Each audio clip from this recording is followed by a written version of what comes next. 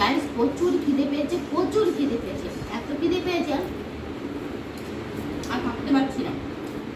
তাই বসে পড়লাম বরবটি ভাজা আর এটা হচ্ছে আলু পটল মাছের ঝোল দিয়ে তরকারি।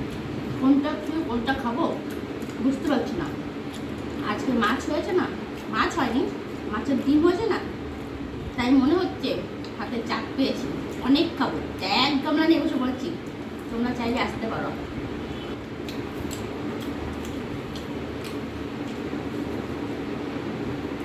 বাঙালির প্রিয় খাবার মাছের ঝোল, ডাল, আলু পোস্ত, ভাত। এটা সব জায়গায় যে খুঁজি, কাউকে দিনই খেতে, আমি আগে বসে পড়েছি। কি বলো?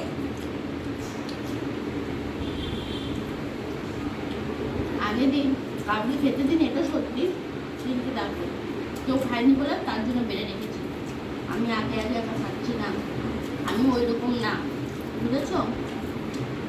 আমি একটু আলাদা।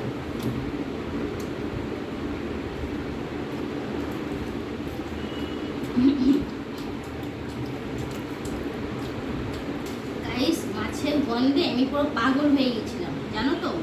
তাই ভেবেছি আজকে অনেক ভাত খাবো, অনেক অনেক ভাত খাবো। তাই আমি এক হাঁড়ি চাল নিচ্ছি, দেখো এখনো শেষ হয়, এক হাঁড়ি ভাত রয়ে গেছে। আমি মাছের গন্ধে না পুরো বিড়াল হয়ে গেছি, কাটা হোক, মাছ হোক, আর ডিম হোক, আর হাঁস হোক। এদিকে মতো আমার বাড়ির নাম দেওয়া হয়ে গেছে, শর্মিলা মাছ বিড়াল।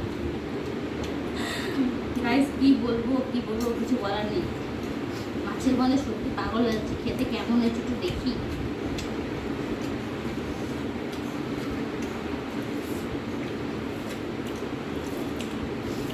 গাইস আমি হাজার যদি দোষ করি না, একটা জায়গা থেকে বেঁচে যাই। কোন জায়গা জানো? রান্নাটা আমি খুব সুন্দর করি। রান্নাটা সুন্দর করি বলে আমার বড় আমাকে খুব ভালোবাসে।